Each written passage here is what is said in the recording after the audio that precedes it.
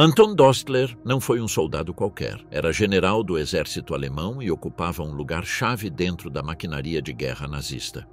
Durante a ocupação, suas ordens custaram a vida a prisioneiros que nunca tiveram opção de se defender. Ao cair o Reich, seu nome ficou marcado como responsável direto por execuções que não podiam passar despercebidas. Sua captura expôs a realidade dos comandos que haviam ditado ordens mortais. Em vez de anonimato, enfrentou um destino rápido e definitivo. Não houve indulgência, não houve delongas. Seu fim chegou como advertência do que esperava a outros oficiais do Reich que haviam agido com a mesma brutalidade. Por que Dostler foi escolhido como exemplo nos primeiros meses do pós-guerra? Que impacto teve sua morte entre os comandantes alemães ainda em liberdade? Como se tornou um símbolo precoce da punição ao nazismo derrotado? Forjado em 2 guerras, a ascensão implacável de um soldado bávaro. Anton Dostler nasceu na primavera de 1891 em Munique, a capital bávara dentro do Império Alemão governado pelo Kaiser Guilherme II. Sua família fazia parte da classe média abastada em uma sociedade onde o prestígio militar tinha um peso considerável. Baviera mantinha regimentos com identidade própria e a carreira das armas representava para muitos jovens um caminho seguro de ascensão social e estabilidade profissional. Em 1910, com 19 anos, Dostler ingressou como cadete no 6º Regimento de Infantaria Bávaro. A instrução seguia o modelo prussiano, com ênfase na disciplina, na honra do uniforme e na obediência rigorosa à hierarquia. Durante aqueles anos, a Alemanha vivia um período de relativa calma, embora a competição entre potências europeias se intensificasse. A eclosão da Grande Guerra no verão de 1914 transformou sua vida.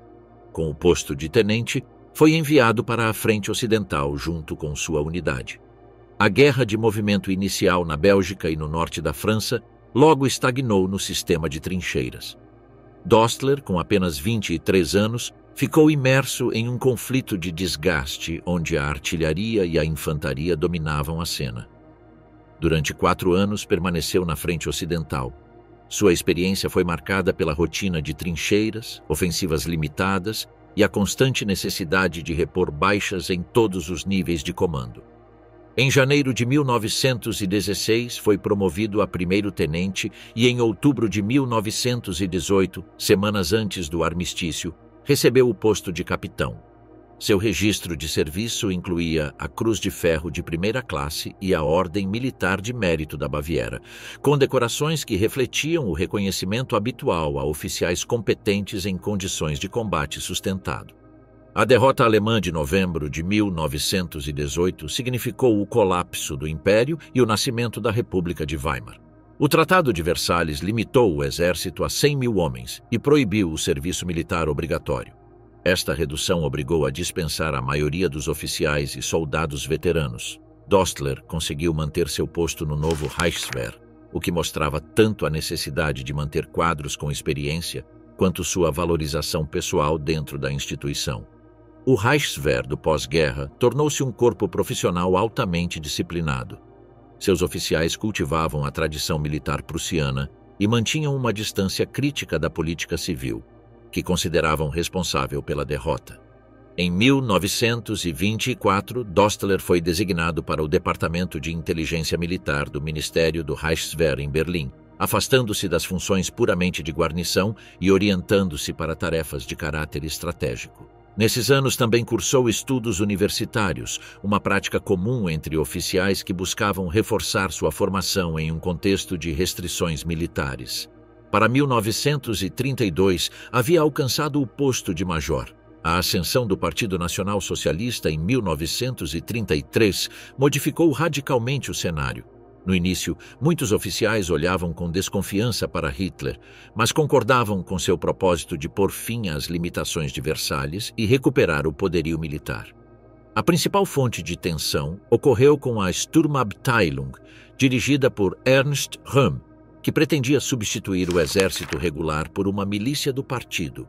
A eliminação de Röhm, na chamada Noite das Facas Longas, em 1934, assegurou ao exército sua posição como instituição reconhecida pelo regime. Nesse mesmo ano, foi introduzido o novo juramento de fidelidade não mais à Constituição, mas diretamente a Hitler. A obediência transformou-se em um vínculo pessoal com o Führer, sem a necessidade de adesão ideológica explícita. Oficiais como Dostler ficaram vinculados por um compromisso legal que subordinava toda decisão à vontade política do líder. O rearmamento acelerado de meados da década abriu novas oportunidades de carreira. Em 1935, restabeleceu-se o serviço militar obrigatório e as divisões multiplicaram-se. Para oficiais veteranos, significava a possibilidade de promoções rápidas em uma estrutura em expansão. O exército mantinha sua tradição de disciplina, mas impregnava-se progressivamente de elementos propagandísticos do regime. A nova geração de oficiais, já formada sob o nacionalsocialismo, adotava com mais naturalidade os valores ideológicos, enquanto os veteranos limitavam-se a cumprir com a obediência exigida. Em 1938, Hitler assumiu o comando supremo das Forças Armadas, reforçando o controle político sobre a instituição. A eliminação de opositores, como o ex-chanceler Kurt von Schleicher, confirmou a vontade do regime de não tolerar dissidências internas. Para Dostler e outros oficiais, aquilo deixava claro que a estrutura militar ficava completamente subordinada ao poder do Führer. Sua carreira exemplificava a trajetória de uma geração que havia iniciado o serviço no Império, sobrevivido à redução imposta por Versalhes e se beneficiou da expansão impulsionada pelo regime nazista. O juramento de 1934 e o rearmamento posterior consolidaram a posição de oficiais de carreira como ele. Quando, em setembro de 1939, a Alemanha invadiu a Polônia, Dostler somava quase 30 anos de serviço. A Wehrmacht havia se tornado a principal ferramenta do regime, com um corpo de oficiais que unia a experiência da Grande Guerra, a disciplina do Reichswehr e a lealdade obrigatória a Hitler. Aquela combinação marcaria o desempenho dos comandos alemães nas frentes da Europa, desde as planícies polacas até os cenários do Mediterrâneo, onde Anton Dostler voltaria a ocupar um papel relevante no desenvolvimento do conflito. A Guerra Total, do Inferno Russo às Montanhas Italianas. Em setembro de 1939, com a invasão alemã da Polônia, começou um conflito que em breve se espalharia por todo o continente. Anton Dostler, com quase 3 décadas de serviço no exército, integrava o grupo de oficiais veteranos que tinham sobrevivido às limitações do pós-guerra e agora ocupavam posições de maior responsabilidade na Wehrmacht. A expansão militar dos anos anteriores o havia levado a funções cada vez mais amplas e a guerra acelerou de maneira definitiva sua ascensão. Na primavera de 1940, foi nomeado chefe do Estado-Maior do 7º Exército, sob as ordens do general Friedrich Dollmann. Inicialmente, essa formação tinha a tarefa de vigiar a fronteira com a França na região do Sarre e Alsácia. Pouco depois, juntou-se à ofensiva lançada em maio desse mesmo ano contra as forças aliadas. A campanha da França foi caracterizada pela velocidade das divisões blindadas e pela cobertura constante da aviação, uma combinação que superou rapidamente as defesas francesas e britânicas. O papel de Dostler como chefe do Estado-Maior centrava-se na organização, na coordenação logística e na transmissão de ordens, tarefas essenciais para manter a coesão de uma força em movimento. O 7º Exército participou na ofensiva ao longo do Reno e em operações posteriores até a rendição francesa em junho de 1940. Para oficiais como Dostler, aquela vitória confirmou a recuperação da capacidade operacional alemã após 2 décadas de limitações. A rapidez da campanha foi vista como uma demonstração de que a Wehrmacht podia se impor às principais potências da Europa Ocidental. Após a capitulação, o 7º Exército permaneceu destacado na costa atlântica com funções defensivas. Em 1941, Dostler recebeu o comando da 5ª Divisão de Infantaria. Seu destino foi a Frente Oriental, dentro do Grupo de Exército Sul, sob o Marechal Gerd von Rundstedt. No dia 22 de junho daquele ano, começou a Operação Barbarossa, com mais de 3 milhões de soldados alemães cruzando a fronteira soviética. A divisão de Dostler participou no avanço para a Ucrânia e nas operações que culminaram com a captura de Kiev. As batalhas nesse setor foram caracterizadas por cercos massivos e pela captura de centenas de milhares de prisioneiros. As condições de cativeiro foram extremamente duras, com fome, falta de atenção médica e elevada mortalidade. Em paralelo, a ocupação alemã foi cenário de execuções em massa a cargo dos Einsatzgruppen, unidades das SS que operavam junto ao exército. Em setembro de 1941, nos arredores de Kiev, ocorreu o massacre de Babi Yar, onde em 2 dias foram assassinadas dezenas de milhares de pessoas judias. A Wehrmacht assegurou o controle da zona e facilitou a logística da operação, colocando a divisão de Dostler em um contexto onde a repressão e o extermínio faziam parte do ambiente bélico. Em 1942, Dostler foi transferido para o comando da 163ª Divisão de Infantaria. Seu novo destino foi a Finlândia, onde os alemães combatiam ao lado das forças locais na frente ártica. A divisão foi deslocada para a região da Carélia e em áreas próximas ao Círculo Polar, um ambiente marcado por invernos prolongados e temperaturas extremas. As operações consistiam em hostilizar as forças soviéticas de Murmansk e manter posições estratégicas no norte da Noruega e Finlândia. A atividade incluía patrulhas em florestas, ataques limitados contra posições soviéticas fortificadas e operações de repressão contra partisãs. A guerra de guerrilha se intensificou com o tempo, e as forças alemãs responderam com represálias severas contra populações acusadas de colaborar com os soviéticos. Sob o comando de Dostler, a divisão ficou envolvida em um tipo de guerra onde as linhas entre combate regular e perseguição de civis eram difusas. A presença alemã na Finlândia prolongou-se até 1944. A evolução geral da guerra na frente oriental havia mudado radicalmente após a derrota em Stalingrado em 1943 e o fracasso em Kursk poucos meses depois. O Exército Vermelho tomou a iniciativa estratégica e os alemães começaram uma retirada gradual para a Noruega. No início de 1944, Dostler foi reatribuído à frente italiana. A situação na península era crítica desde a rendição do governo de Badoglio em setembro do ano anterior. O marechal Albert Kesselring estava no comando das forças alemãs encarregadas de conter o avanço aliado para o norte.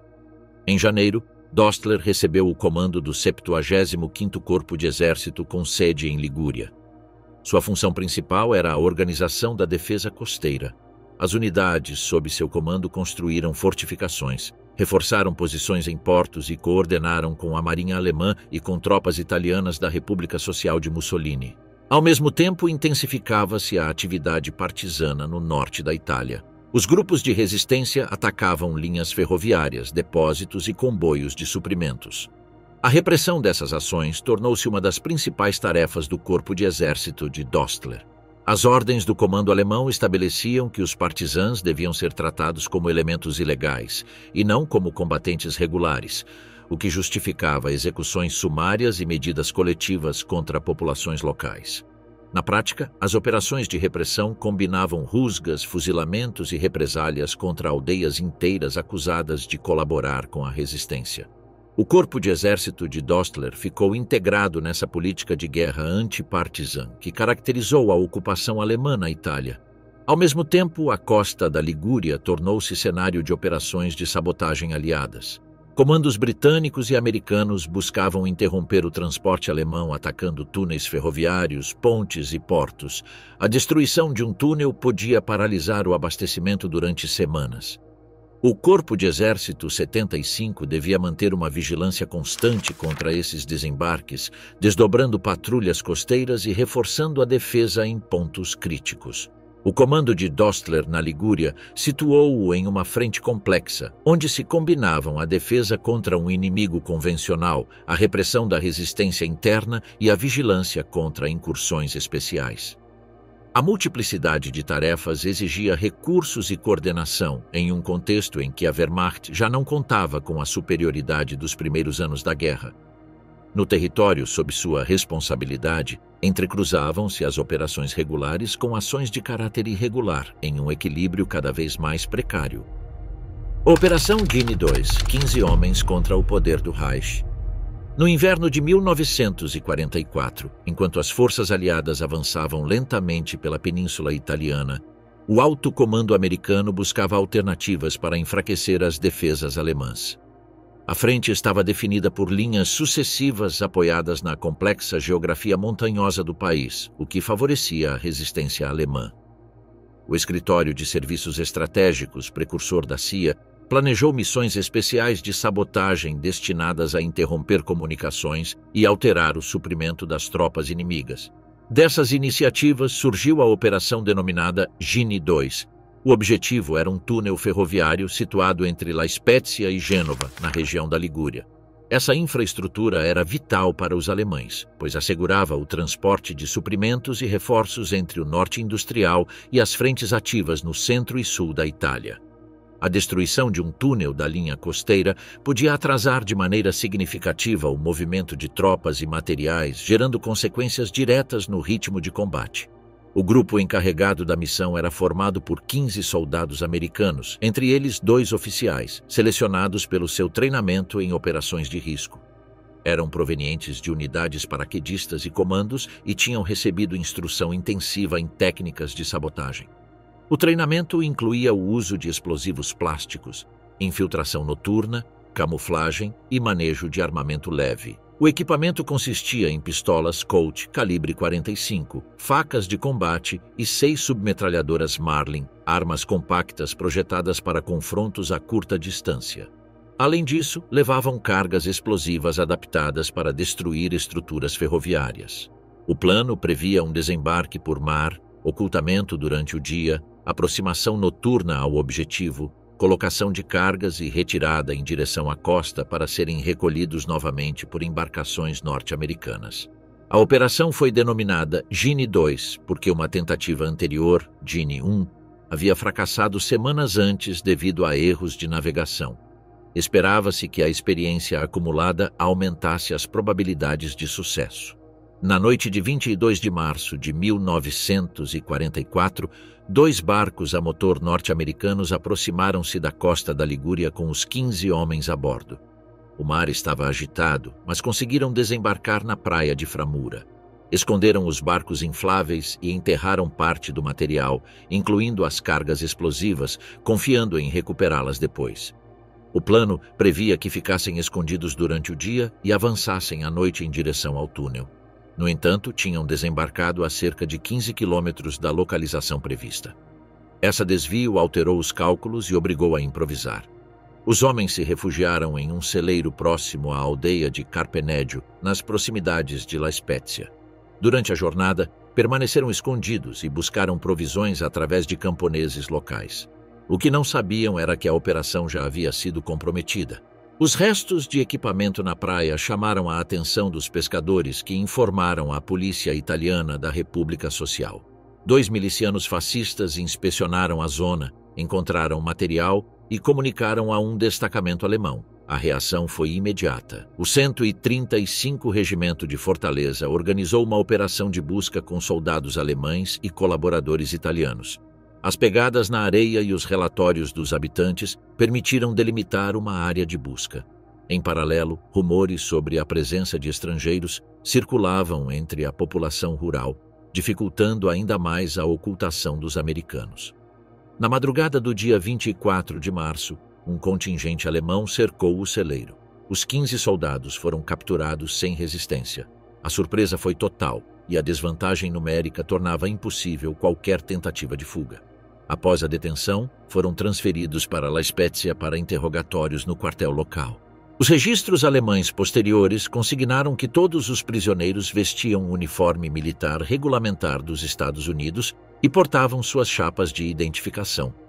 3 deles usavam botas de paraquedista, os demais calçado padrão, e todos utilizavam gorros de lã. Haviam girado suas jaquetas para ocultar insígnias, mas a condição de combatentes regulares era evidente. Os interrogatórios foram breves. A maioria dos capturados recusou-se a responder, mas um dos oficiais teria admitido que a missão visava destruir um túnel ferroviário. Essa confissão foi decisiva para a classificação do grupo como sabotadores, apesar de estarem com uniforme. O relatório com os resultados foi transmitido imediatamente para o 75º Corpo de Exército, sob o comando do general Anton Dostler.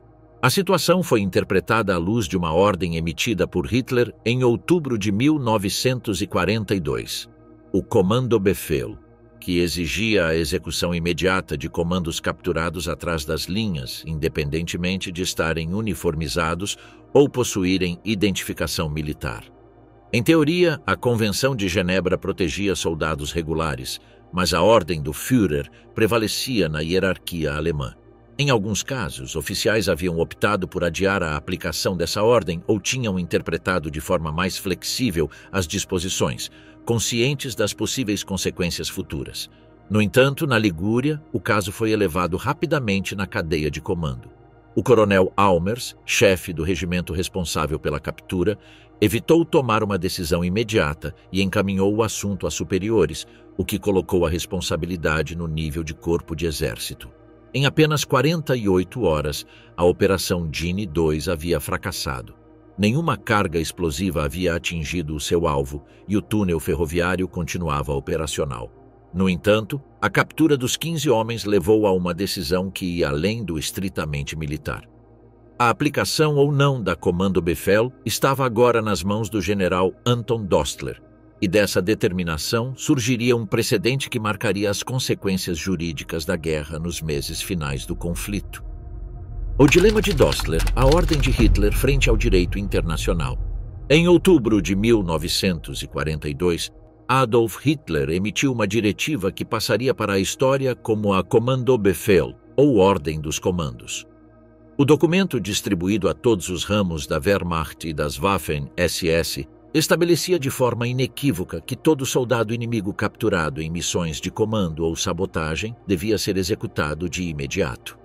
A disposição se aplicava sem importar se os capturados vestiam uniforme militar, nem se rendiam de maneira regular. A ordem abrangia inclusive aqueles que portavam documentação oficial como combatentes de um exército reconhecido. O contexto desta medida estava ligado ao incremento de operações especiais aliadas na Europa e no norte da África.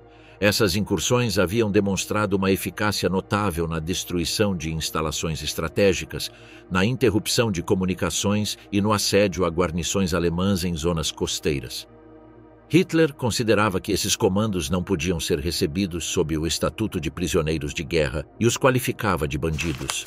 A diretiva contradizia diretamente o estipulado na Convenção de Genebra de 1929, assinada pela Alemanha, que garantia proteção a combatentes uniformizados após a captura.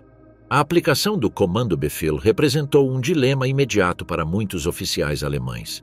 Alguns cumpriram-no com rigor, conscientes de que desobedecer ao Führer poderia acarretar sanções graves e até mesmo a destituição. Outros, no entanto, buscaram formas de atenuá-lo. Em certos casos, enviaram os prisioneiros para campos de concentração ou os entregaram às SS, evitando assim ordenar execuções diretas de soldados uniformizados. O marechal de campo Gerd von Rundstedt, comandante na frente ocidental, tentou suavizar a implementação da ordem. Algo semelhante ocorreu na Noruega, onde os comandantes preferiam registrar os comandos britânicos como prisioneiros regulares apesar da diretiva. No entanto, em várias regiões, foi aplicado com severidade, especialmente após operações de sabotagem na França em 1942 e 1943. A situação italiana em 1944 inscrevia-se neste contexto. No dia 24 de março, apenas horas após a captura dos 15 soldados americanos da missão Gini 2, o relatório correspondente chegou à sede do 75º Corpo de Exército na Ligúria. Os documentos indicavam que os prisioneiros tinham desembarcado na costa, portavam armas ligeiras e explosivos, e que um deles tinha admitido sob interrogatório que o objetivo era destruir um túnel ferroviário entre La Spezia e Gênova. O comandante responsável pelo setor, o coronel Almers, do 135º Regimento de Fortaleza, não quis assumir a responsabilidade de ordenar uma execução imediata, consciente de que os soldados estavam uniformizados e portavam identificação militar americana, remeteu o caso ao seu superior hierárquico, o general Anton Dostler. Dostler, ao receber o relatório, não ditou uma resolução direta. Consultou por sua vez com o marechal de campo Albert Kesselring, comandante supremo das forças alemãs na Itália. A resposta de Kesselring foi categórica. A ordem de Hitler devia ser cumprida na sua totalidade. A partir daquele momento, o destino dos prisioneiros ficou selado. Com a instrução superior recebida, Dostler transmitiu ao regimento a ordem de proceder à execução. O coronel Almers tentou atrasar o cumprimento. Alegou que, ao portar uniforme, os capturados deveriam receber tratamento de prisioneiros de guerra conforme a Convenção de Genebra.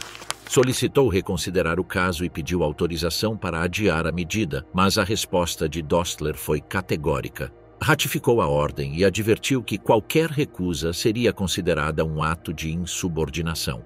No processo interveio um membro do Estado-Maior de Dostler, o aristocrata prussiano Alexander Graf zu Donaueschlobitten. Este oficial recusou-se a assinar a ordem escrita que autorizava a execução, argumentando que os detidos eram soldados regulares e não espiões vestidos como civis. Sua recusa foi registrada, mas a consequência foi sua destituição imediata do cargo e a saída forçada da Wehrmacht. A reação contra ele ilustrou de maneira clara o risco pessoal que enfrentava qualquer oficial que se opusesse ao cumprimento do Kommandobefehl. O resto da cadeia de comando aceitou a ordem sem novas objeções. Com a assinatura de Dostler e o apoio de Kesselring, foi determinado que os 15 americanos fossem fuzilados. Os documentos que sobreviveram ao final da guerra demonstraram que a decisão foi tomada em vários níveis. O regimento local, que transferiu a responsabilidade, o corpo de exército, que ratificou a ordem, e o comandante supremo na Itália, que a aprovou em última instância. A contradição legal era evidente. O Kommandobefehl era uma diretiva política, emitida de maneira unilateral por Hitler e alheia a qualquer tratado internacional. A Convenção de Genebra de 1929, em contrapartida, era um acordo internacional ratificado pela Alemanha que estabelecia regras claras para o tratamento de prisioneiros de guerra. Deviam ser alojados em acampamentos, receber alimentos, cuidados médicos básicos e proteção contra represálias. Nada naquele tratado autorizava execuções sumárias. O dilema que enfrentavam oficiais como Dostler se resumia em duas opções: acatar a ordem superior e expor-se a responsabilidades posteriores, ou desobedecê-la e enfrentar de imediato sanções disciplinares dentro da Wehrmacht. No contexto da Itália, a balança inclinou-se para a obediência. A documentação interna conservada após o conflito mostra como as comunicações de Dostler enfatizavam o caráter obrigatório da ordem e a urgência do seu cumprimento, sem deixar espaço para interpretações alternativas. À tarde de 25 de março de 1944, se dispôs tudo para realizar a execução. O coronel Almers, apesar de suas reservas, cumpriu o ordenado. O único gesto de oposição foi o de Donaueschlobitten, que ficou como um caso isolado, sem capacidade de modificar o curso dos acontecimentos. O episódio de Gini II na Itália evidenciou a vigência real da Kommandobefehl mais de um ano após sua promulgação. A cadeia de comando alemã havia encontrado mecanismos para integrá-la em seu funcionamento cotidiano. O caso mostrou também até que ponto a pressão política, a ameaça de sanções imediatas e a lógica da obediência absoluta prevaleceram sobre as disposições do direito internacional ratificado pelo próprio Estado alemão. Punta Bianca, a execução dos 15 americanos. Na madrugada de 26 de março de 1944, os 15 prisioneiros norte-americanos capturados na falhada Operação Gini II foram transferidos do seu local de detenção em La Spezia para a costa. O destino era uma zona rochosa conhecida como Punta Bianca, no município de Ameglia. A operação foi realizada sob custódia alemã e foi supervisionada por oficiais do 135º Regimento de Fortaleza, que tinham recebido as ordens de execução confirmadas pelo general Anton Dostler e aprovadas pelo marechal Albert Kesselring. A escolha do local respondia a critérios práticos. Punta Bianca era um promontório isolado, com acesso controlável e isolamento suficiente para que o som dos disparos passasse despercebido. Os registros alemães posteriores indicaram que a execução havia sido organizada com antecedência. Foi preparada uma vala comum para o enterro imediato dos corpos, evitando deixar vestígios visíveis. Ao chegar ao local, os prisioneiros foram divididos em 3 grupos de 5 homens. Testemunhos alemães posteriores confirmaram que vestiam uniformes de campanha regulamentares do Exército dos Estados Unidos e portavam suas chapas de identificação metálicas. Nenhum foi despojado de seus efeitos pessoais básicos, o que sublinhava que se tratava de combatentes regulares. O pelotão de execução era composto por soldados alemães armados com metralhadoras leves. A escolha deste armamento assegurava que a operação fosse realizada com rapidez e sem margem para sobreviventes. Os prisioneiros foram alinhados em frente ao mar, amarrados e colocados de costas para o penhasco. A documentação alemã não registrou a presença de um médico nem de um capelão, o que evidenciava o caráter sumário da medida. A ordem de fogo foi executada em 3 sequências sucessivas. Os primeiros 5 prisioneiros caíram sob as rajadas de metralhadora. Imediatamente o procedimento foi repetido com os grupos seguintes, até completar a execução dos 15 homens em poucos minutos.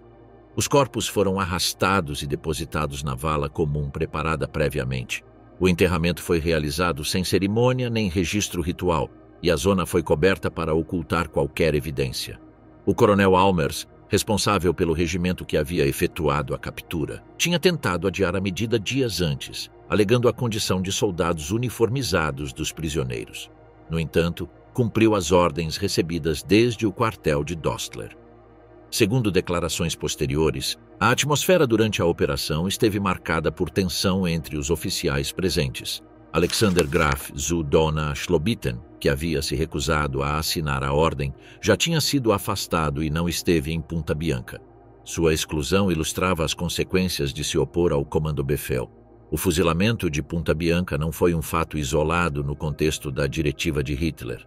No entanto, neste caso, houve uma trilha documental e material que permitiu reconstruir os acontecimentos com precisão. As ordens assinadas, as mensagens entre Dostler e Kesselring e os relatórios do regimento formaram um dossiê completo que posteriormente teria valor judicial. Em 1945, após a rendição alemã, investigadores estadunidenses localizaram o local da vala comum. A investigação foi possível graças a arquivos capturados e a declarações de soldados alemães feitos prisioneiros. Os corpos foram exumados e examinados por equipes forenses. Os especialistas confirmaram que os 15 homens tinham morrido por impactos de bala de metralhadora. O estado dos uniformes e as chapas de identificação demonstraram que não tinham sido tratados como espiões nem despojados de sua condição militar. A identificação de cada corpo foi efetuada através das placas metálicas, seguindo o procedimento habitual do Exército dos Estados Unidos para assegurar o reconhecimento de seus soldados caídos. Os restos foram fotografados, registrados e posteriormente transferidos para cemitérios militares aliados. Os relatórios de autópsia e o material recuperado foram incorporados às evidências que sustentariam as acusações judiciais contra Dostler e outros oficiais envolvidos. A reconstrução do episódio foi completada com testemunhos de habitantes da zona recolhidos após a guerra. Alguns declararam ter ouvido disparos na madrugada do dia 26 de março e observaram atividade incomum na costa, embora não tivessem acesso direto ao local. Estas declarações coincidiam com a localização da vala e com os registros escritos do regimento alemão. A existência de documentos assinados foi determinante. Ao contrário de outras execuções que permaneceram ocultas, neste caso, a ordem de Dostler ficou registrada e vinculada de maneira direta com a execução dos 15 prisioneiros. A cadeia de responsabilidade alcançava Kesselring como comandante supremo na Itália e descia até os oficiais do regimento que executaram a ordem. A descoberta de Punta Bianca tornou-se em uma das primeiras investigações sistemáticas de crimes de guerra em território italiano. Incluiu a inspeção do terreno, a coleta de provas balísticas, a identificação das vítimas e a verificação documental das ordens transmitidas. O conjunto de provas resultou coerente e permitiu estabelecer os fatos de forma conclusiva. O episódio deixou em evidência a aplicação prática da Kommandobefehl em uma frente específica e demonstrou que a Wehrmacht havia assumido como parte de seu funcionamento regular uma diretiva contrária ao direito internacional. Os relatórios oficiais alemães descreveram o fuzilamento como a neutralização de sabotadores inimigos, mas a evidência física demonstrou que os 15 homens eram soldados uniformizados de um exército regular. A fossa de Punta Bianca, seu conteúdo e a documentação encontrada tornaram-se peças centrais de um processo que já não se limitava a um fato militar concreto, mas se transformaria em um caso paradigmático dentro dos julgamentos do pós-guerra. O julgamento de Caserta, a primeira condenação à nova ordem internacional. Após a capitulação alemã na Itália em maio de 1945, as forças aliadas iniciaram um processo sistemático de identificação e prisão de oficiais acusados de terem cometido atos que poderiam ser considerados crimes de guerra. Entre eles estava o general Anton Dostler, então no comando do 73 Corpo de Exército no norte do país. Foi capturado por tropas americanas sem incidentes e transferido para um campo de prisioneiros, onde ficou à disposição das autoridades militares aliadas enquanto se avaliava sua responsabilidade. A localização da vala de Punta Bianca e a recuperação da documentação alemã vinculada com a execução dos 15 soldados norte-americanos da Operação Guinea II colocaram imediatamente Dostler no centro de uma acusação concreta. Ao contrário de outros casos em que as provas eram incompletas, aqui existiam ordens escritas com a sua assinatura, comunicações com o seu superior hierárquico e testemunhos de oficiais que tinham estado presentes nos fatos. Com essa base, as autoridades norte-americanas decidiram organizar um tribunal militar específico.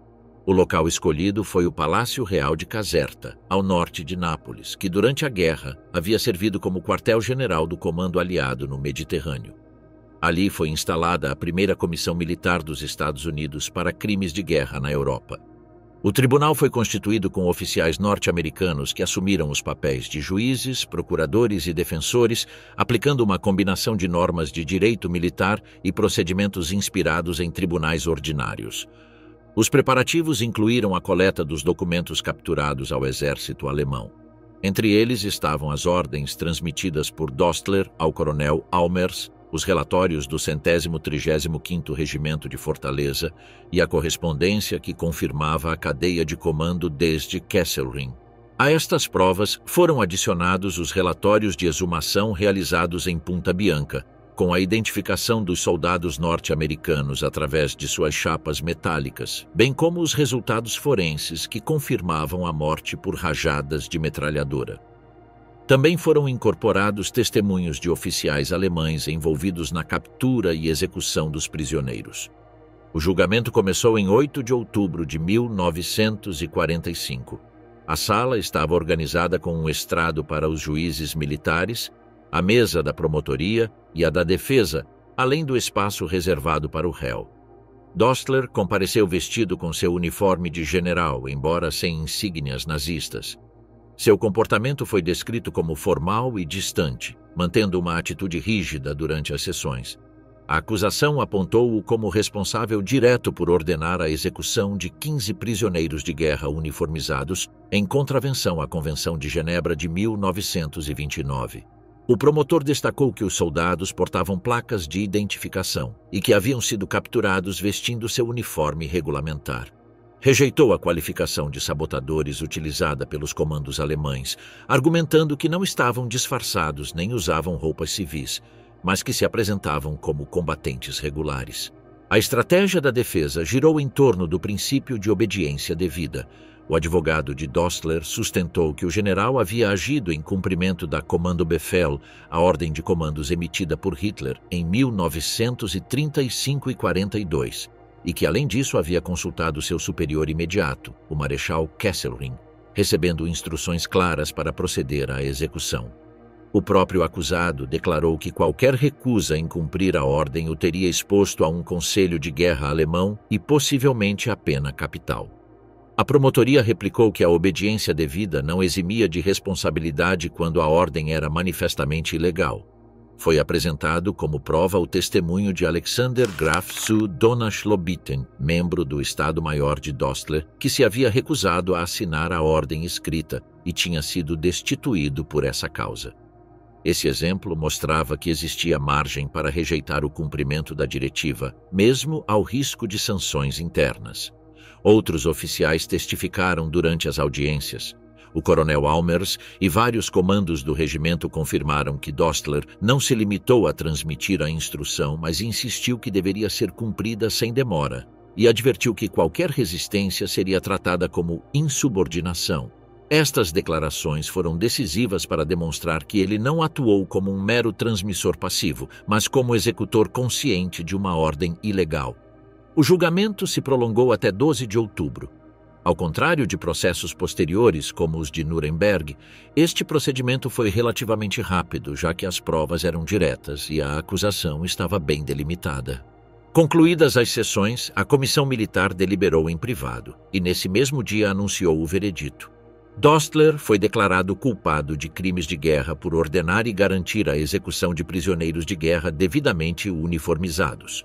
A sentença estabelecia a pena de morte por fuzilamento. Após tomar conhecimento da decisão, Dostler apresentou um pedido de clemência. Alegou novamente que havia obedecido ordens superiores e que não tinha capacidade real de recusar. O recurso foi revisado pelo Comando Aliado na Europa, sob a supervisão do general Dwight D. Eisenhower. O pedido foi rejeitado e a condenação original foi mantida sem modificações. O julgamento de Caserta tornou-se um precedente imediato e de grande valor simbólico.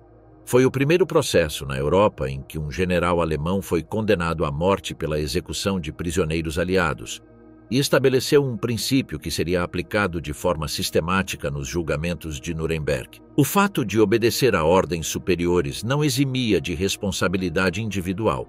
A sentença afirmava de maneira explícita que nenhum soldado, e menos ainda um comandante de alta patente, podia alegar desconhecimento da ilegalidade de uma execução sumária de prisioneiros uniformizados. O tribunal precisou que o direito internacional, desde a Convenção de Haia de 1907 e a Convenção de Genebra de 1929, permitia a execução de espiões ou sabotadores vestidos de civil ou com uniformes inimigos, mas não de combatentes capturados com uniforme próprio. O caso de Punta Bianca, com soldados identificados e em posse de seus efeitos militares, ficava dentro dessa proteção, que Dostler havia violado de forma consciente ao executar a ordem. A sentença de morte foi marcada para ser cumprida semanas depois. O método estabelecido foi o fuzilamento, na presença de um pelotão americano, seguindo o protocolo militar correspondente. A última bala, a execução de Dostler e o nascimento de um princípio eterno. Na manhã do 1º de dezembro de 1945, o general alemão Anton Dostler foi conduzido desde sua cela na prisão militar de Aversa, perto de Nápoles, até o pátio onde deveria ser cumprida a sentença ditada semanas antes pela Comissão Militar Estadunidense em Caserta. Haviam transcorrido menos de 2 meses desde o julgamento, um intervalo breve que refletia a decisão dos aliados de executar com rapidez as condenações nos casos em que as provas eram conclusivas e o crime estava diretamente vinculado com a morte de soldados próprios. O procedimento seguiu os regulamentos do Exército dos Estados Unidos. Foi designado um pelotão de fuzilamento integrado por 12 soldados norte-americanos. A escolha deste método respondia à tradição militar de reservar o fuzilamento para oficiais de carreira, em contraste com a forca que seria utilizada nos julgamentos posteriores de Nuremberg para figuras políticas e militares de maior patente. Dostler foi levado ao pátio com uniforme de campanha, despojado de insígnias. Sua aparência era a de um prisioneiro à espera do cumprimento da pena, sem concessões especiais. 3 soldados americanos o escoltaram até um poste de madeira erguido no centro do terreno. Lá foi amarrado com correias na altura dos braços e pernas, ficando imobilizado. As mãos foram seguradas nas costas. Um médico militar colocou um capuz preto sobre a cabeça do condenado e fixou em seu peito um retângulo de tecido branco, destinado a servir de alvo ao pelotão. A sequência foi documentada em fotografia e filme por operadores do Signal Corps americano, com o objetivo de deixar constância oficial da execução. Esse registro foi conservado como prova e foi divulgado em noticiários aliados, tornando-se uma das poucas execuções de pós-guerra filmadas de maneira integral. O pelotão de fuzilamento tomou posição a cerca de 15 metros do poste. 12 soldados se alinharam com seus fuzis preparados. Como era costume, parte das armas continha munição real e parte cartuchos de festim, de modo que nenhum atirador pudesse identificar se seu disparo havia sido letal. Esta prática visava reduzir a carga psicológica entre os executores. À ordem do oficial no comando, os soldados carregaram, apontaram e dispararam simultaneamente. O corpo de Dostler desabou para a frente, ainda preso pelas correias. O médico militar aproximou-se de imediato, verificou a ausência de sinais vitais e certificou o falecimento. Uma maca foi levada até o local. O corpo foi desatado, envolto em uma capa branca e transportado em um veículo militar para o cemitério alemão de Pomésia, onde foi enterrado em uma tumba sem honras, junto a milhares de soldados caídos na Itália. O registro do enterro ficou consignado nos arquivos da Comissão de Túmulos de Guerra Alemã. A execução foi amplamente divulgada na imprensa internacional. As imagens filmadas e fotografadas circularam nos Estados Unidos e na Grã-Bretanha como evidência de que os responsáveis por violações do direito de guerra podiam ser julgados e punidos, mesmo quando se tratava de generais de alto escalão. A divulgação pública respondia a um propósito pedagógico e político: mostrar que a aplicação da justiça não se detinha nos escalões mais altos da hierarquia militar alemã.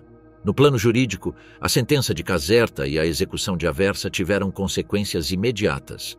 O tribunal havia estabelecido que a obediência a ordens superiores não constituía uma defesa válida quando a ordem era manifestamente ilegal. Este princípio foi incorporado semanas depois na Carta de Nuremberg, cujo artigo 8º assinalava que o cumprimento de ordens governamentais ou de superiores não isentava de responsabilidade individual, embora pudesse ser considerado como atenuante na pena. O caso Dostler constituiu, portanto, um antecedente direto de Nuremberg. Embora se tratasse de um processo limitado a um fato concreto e julgado por uma única potência, serviu como referência na formulação de um princípio que marcaria o desenvolvimento do direito internacional do pós-guerra. A responsabilidade pessoal não desaparece sob o pretexto de obediência hierárquica. A experiência também influenciou na revisão da normativa internacional. A Convenção de Genebra de 1949, que substituiu e ampliou a de 1929, reforçou as disposições sobre o tratamento a prisioneiros de guerra, proibindo de maneira expressa execuções sumárias e represálias. A lembrança de casos como o da Operação Gini II, onde soldados em uniforme foram classificados arbitrariamente como sabotadores, orientou a redação de regras mais precisas para evitar interpretações interessadas. O julgamento de Caserta e a execução em Aversa mostraram como um episódio de alcance local podia se tornar um precedente internacional. Frente aos grandes processos de Nuremberg, centrados em crimes contra a humanidade e conspirações de Estado, o caso Dostler tratava de um fato limitado no tempo e no espaço: a execução de 15 soldados uniformizados.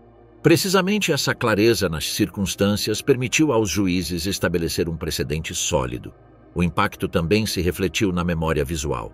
As imagens do fuzilamento circularam durante décadas em manuais de direito internacional e em programas de formação militar, utilizadas como exemplo prático das consequências de executar ordens ilegais. Ao contrário da maioria das execuções do pós-guerra, que ficaram registradas apenas em atas escritas, a de Dostler foi filmada em detalhe, o que lhe conferiu um valor simbólico e pedagógico particular. A tumba de Anton Dostler, em Pomésia, permanece como uma entre as milhares de sepulturas de soldados alemães na Itália. Seu nome figura nos registros oficiais sem distinção em relação a outros enterrados. No entanto, sua execução em Aversa não apenas marcou o fim de sua trajetória pessoal, mas também consolidou um precedente jurídico que projetou efeitos duradouros no direito de guerra.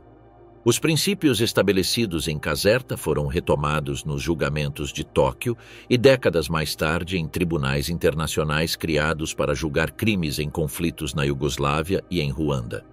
A doutrina de que a obediência não exime de responsabilidade quando as ordens são manifestamente ilegais ficou firmemente instalada no sistema judicial internacional contemporâneo, com origem em um pátio de prisão em Aversa em dezembro de 1945.